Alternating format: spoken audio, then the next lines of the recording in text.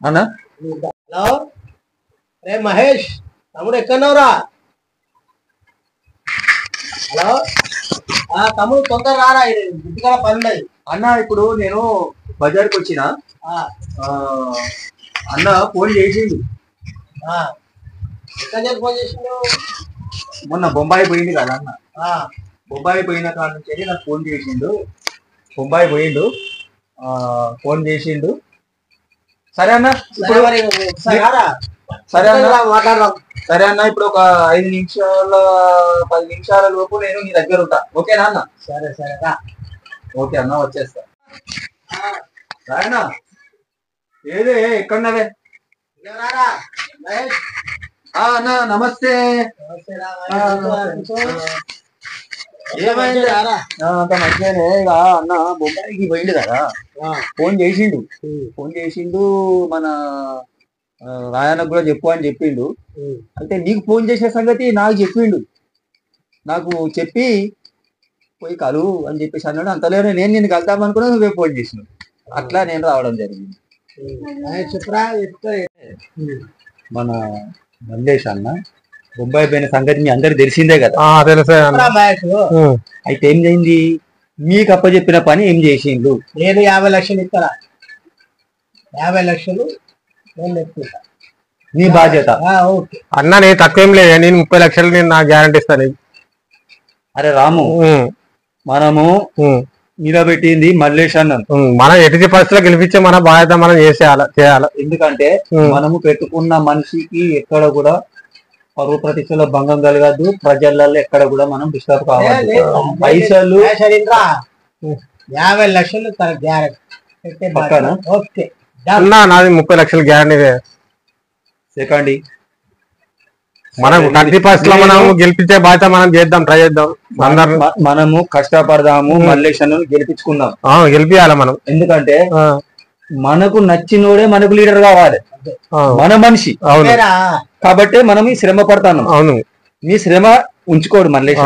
ఇప్పుడు బొంబాయి పోయింది కదా, అయితే భారీ బడ్జెట్ అక్కడి నుంచే మనకు వచ్చేది. ఇక్కడ లోకల్లో ఇప్పుడు మనం మనిషితో ఇవంతా కవర్ చేసుకుంటాను. ఎవరు కూడా టెన్షన్ పడకుంది, మనం ఖచ్చితంగా గెలుస్తాం. మనం మల్లేష్ గురించి మనం ఎన్నో చేద్దామన్నా, ఇప్పుడు మనం ఎంత అంటే తిరిగి మనం గెలిపించే బాధ్యత మనది. దానికి కంకణ బద్దులుగా మనం ఉండాలనే కదా మన కొట్లాడే. ఏమంటాను? అయితే ఇప్పుడు మల్లేష్ అన్న బాంబే నుంచి వెళ్ళి నువ్వు నాకు ఫోన్ చేసినావు కదా, అంత ముందే నాకు ఫోన్ చేసింది. అయితే ఒక్క నిమిషం నేను అన్నతోని మాట్లాడిస్తా, అవసరమైతే మీరు కూడా మాట్లాడు. మల్లేష్ అన్న ఫికర్ పడగానే చెప్పు, మనం అరే నీకు చెప్తారా, మీరు కూడా చెప్పాలి అన్న, ఏం టెన్షన్ పడదు.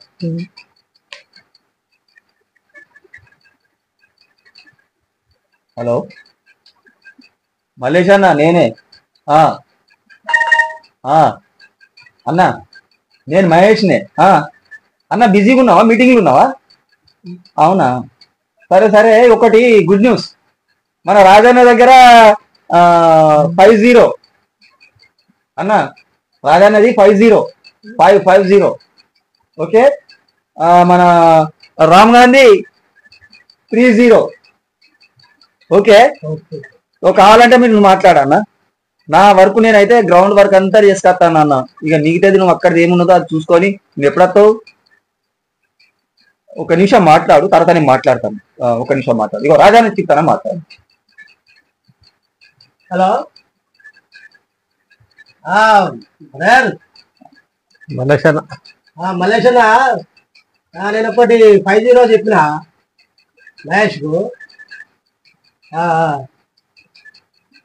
ఓకే ఓకే, ఆడ మొత్తం చూసుకున్నాను. Okay okay. వానికి రామ్ గారికి, అరే రామ్ మాట్లాడరా అన్నతో. నమస్తే మల్లేష్ అన్న. మహేష్ అన్న దగ్గర నేను కూడా ఒప్పుకున్నా, ఒక 30 లక్షల దాకా నా సాయశక్తిలో నేను 30 లక్షలు ఇస్తాను.